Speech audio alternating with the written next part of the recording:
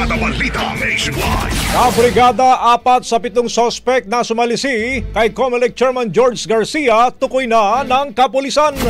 Brigada Jigo Custodio, ibrigada mo! Brigada Live Report. Tinutugis na ngayon ng Pasay City Police ang 4 sa 7 sospek na sumalisi sa bag ni COMELEC Chairman George Erwin Garcia sa isang restaurant sa Pasay City kahapon ng tanghali.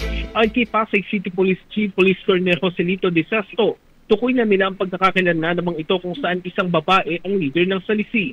Ang dalawa naman sa kasapi ng grupo, pabalik-balik na sa kulungan dahil sa kaparehong modus. Sa investigasyon ng pulisya, sa Bacoor, Cavite, nakatira ang 4 sa mga sospek. Nag-ooperate umano ang grupo sa Metro Manila at mga karatig lalawigan. Ayon pa kay De Sesto, kagabi pa sana nila na-aresto ang mga sospek pero nakatunog ang mga ito kaya nakatakas. Sa ngayon, nagpapatuloy ang follow-up operation laban sa mga sospek.